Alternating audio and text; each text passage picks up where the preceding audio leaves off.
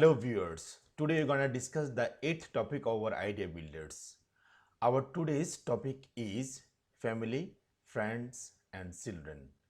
Surely these ideas will give you very good insight into the topic. To have clear ideas for your IELTS examination, please watch the video to the end. Let's get started. Our today's topic is family, friends and children. It is the eighth topic of our idea builders. Under this main topic, we will discuss some subtopics. Our subtopics include problems faced by children, family size, working parents, care for old people, community work, family ties, parenting and promising parents. So at the very beginning, we will look at some ideas about our first topic, that is problems faced by children nowadays. The lack of closeness in families can have a negative effect on children. Many parents have no idea how their children spend their time. Friends, televisions and the internet have become the main influence on children's behavior. Teenagers are influenced by peer pressure. Juvenile delinquency is on the increase. Parents should be more involved with their children's upbringing. Young people need positive role models, which they lack nowadays. Now we'll move to our next topic. Our next topic is family size. At first we'll have some ideas about family ties. We can tell that nowadays both parents often work. Families in many countries are not as large as they used to be. Women now want to have a career of their own rather than care for a large family. Fewer families are compensating by having more children. Upbringing children is becoming very much costly. Children and their parents seems to be less close nowadays. Now we will move to our next topic, that is working parents. At first we will have some ideas. We can state that the modern labor force needs to be very much mobile. This is an incentive for smaller families because it can make it easier to just pack up and move elsewhere. Parenthood is a lifelong, stressful commitment, and many couples are now deciding that they do not want childhood. We tend to live in small nuclear families rather than large extended families. Parents tend to have fewer children nowadays. Working parents, this tendency has got some positive aspects. At the very beginning, we can tell that working both parents bring with it a lot of benefits, not only to their children but also to the whole family in general. With extra salary from both parents, children can be sent to a better school. Women traditionally stayed at home to cook, clean and look after children. Children can be given a better healthcare service. Parents can afford to hire tutors without any difficulties. When a mother works, it means that she is helping to ease off her husband's financial burden and stress. A stable source of finance is nowadays a foundation of every family's happiness. One obvious example is that traveling for a whole family annually has become easier.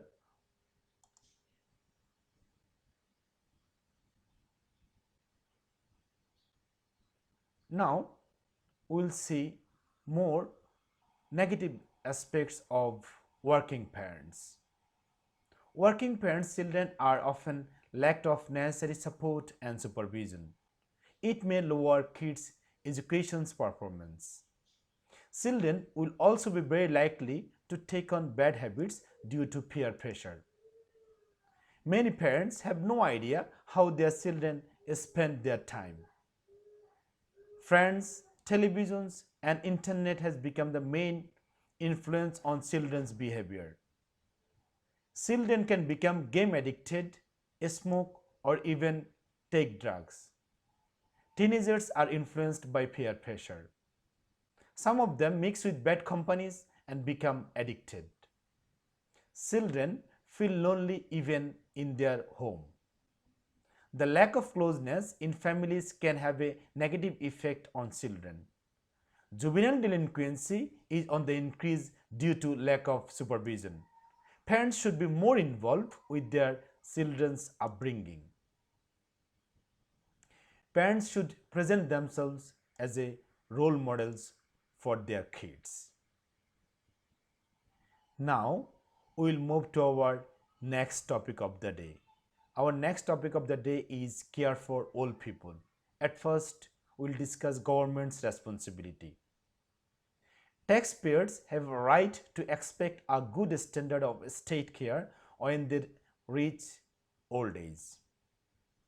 Old people are entitled to get something back from society when they need it. The government should not impose a double burdens on the younger taxpayers by forcing them to care for their elders and pay tax at the same time. It can be increasingly difficult for families to provide care for their elderly relatives. The best way to provide responsible, consistent care must be through government hospitals. We pay taxes to ensure we are cared for in old age. Many family members don't live close to their elderly parents. Family can't always provide care. Providing this sort of care for loved ones can place undue burden on individuals to do it. Families are now not in a position to look after elderly relatives. Both parents work to maintain their own standards of living. Older people are very vulnerable and need to be treated equally and not to be at the mercy of family who may not want to care for them. Government care is better and more consistent. Care homes provide a professional service for senior citizens. Nurses are better trained than family members. Grown-up children should not be expected to give up their own lives to be carers unless they want to. State-run establishments have a higher standard and better control of those standards than privately run homes.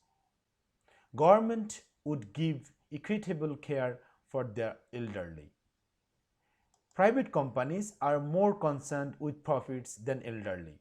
The state can properly fund without fear of elderly person who can't afford care. Now, we will look at some responsibilities of the family who should look after old people. Family members' responsibilities include parents often make huge sacrifice to bring up their children, so they should look after them. We can provide better care for our elderly relatives by keeping the family close together. Old people looked after us when we are young, so we should look after them in their later years. We should look after them when they are older, even if it is just to ensure that they get good care in nursing home. Family members should have responsibility as it is unfair to ask total strangers to pay higher taxes to fund. Our elderly relatives are best looked after by family as they brought us up. Also, it shows we care and respect them. Now, we look at more responsibilities of the family members. At home, family care is better. The elderly can have a personal choice about type of care they receive. what is most suitable for their needs. Family knows the elderly person and their likes or dislikes better than anybody else. Family carers in familiar surroundings are more likely to provide a better standard of holistic care. Traditionally, it is believed that family members should take care of old people. Residential homes provide care for large number of elderly people. Only family are able to provide the love, care, protection and affection required by anyone who is vulnerable. In many countries, it is seen that the family look after their elderly and it works. Now we will have some opinions about care for old people. At the very beginning, we can tell that the best forms of care for the elderly depends on the family situation. It depends on whether family members have the time and resources. We all have a responsibility towards the older people in our society. Government should invest money in facilities and training for care workers. These are the opinions about care for old people. Now we'll move to our next topic, which is one of the most important topics for Ielts examination, that is community work by young adults. So it has got some positive sides. At the very beginning, we'll look at some of them. Young adults learn to appreciate discipline, be well aware of the necessity to follow elders or instructions. Young adults are able to control their mood and to respect their leader. Hardships create opportunities for them to reveal potential. It strengthens the qualities of the young people. Good resume can be made at the end. Young adults learn to stand on their own feet, which is one of the survival skills. Young adults become both physically and mentally tough. Community work benefits them in future as well.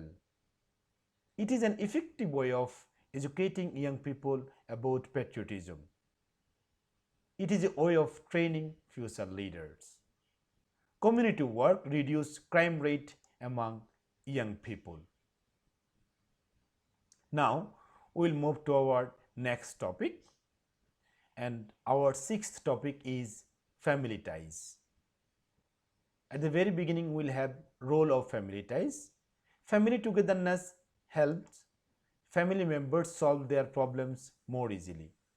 Family ties build common interest and strengthen family relationships. Family gatherings play an important role in nurturing family relationships. Family togetherness develops interpersonal skills as well. Now we will have some ways to improve family ties. These are the some steps which can be taken to improve family ties: helping family members with housework, spending free time together, going for travel or tour together, watching a TV program that family members like, having a family night out or exercising together, doing chores together, driving them whenever it is possible, sharing a hobby together or going on family holiday, eating meals together whenever it is possible, or attending a sports event or activity can improve family ties. Now we will move to our next topic, that is parenting. At the very beginning, we will discuss parental responsibilities. Parents should provide a supportive environment for raising children. Parents should take care of the physical and emotional need of children. Parents should give children adequate freedom to build their own character. Parents should help children learn social skills to nurture their talents. It is important for parents to be consistent, not to discriminate against children. Parents should provide children with love, guidance, inspiration, and direction. Now, we'll look at the topics of permissive parenting. So, permissive parents have got some traits. At the very beginning, we can tell that permissive parents seem more like a friend rather than a parent. They may use bribery such as toys, gifts, and food as a means to get a child to behave. They provide little in the way of a schedule or structure. They emphasize their children's freedom rather than responsibility. Permissive parents ask their children's opinion on major decisions. Permissive parents rarely enforce any type of consequences. Permissive parents have few rules or standard of behavior. When there are rules, they are very often inconsistent. They are usually very nurturing and loving towards their kids. So these are the traits of permissive parents. Now we look at positive aspects of permissive parenting. At the very beginning, we can state that psychologists suggest child's happiness is very important. Shouting may cause psychological wounds, traumatic experience. Kids' self-esteem may be higher than other children's. Children are often encouraged to be creative. Permissiveness may lead to development of more hobbies and can spark a sense of imagination. Permissive parents regulate lives according to children's needs. Children develop vigorous views, something positive to react against. Dividing line, permissiveness and negligence very fine. Parents and child both have a say, and children do not feel nervous speaking their minds. And at the end, we can tell that conflict is minimized since parents tend to work around their child and their wants and needs. But permissive parenting has got some negative aspects as well as. And we will now discuss the negative sides of permissive parents. Children raised by permissive parents tend to lack self-discipline. Children possess poor social skills. Children raised by permissive parents are more likely to engage in misconduct and alcohol or substance use. Because of the lack of structure and rules in the home, these kids never learn limits. These children never learn to limit their screen time or eating habits. They may be self-involved and demanding. Children may feel insecure due to the lack of boundaries and guidance. Studies have linked permissive parenting to lower academic achievements. Kids struggle to learn good problem solving and decision making skills. And at the end, we can tell that children with permissive parents may struggle when they face stressful or emotionally difficult situation. The main ideas related with our today's topic. Surely these ideas will help you to get better preparation for your IELTS examination. Hope you will watch our upcoming videos and get updated with ideas necessary for your IELTS examination. If you like this video, please like, share, comment and subscribe to my channel. You can like the channel on Facebook, Twitter and Instagram.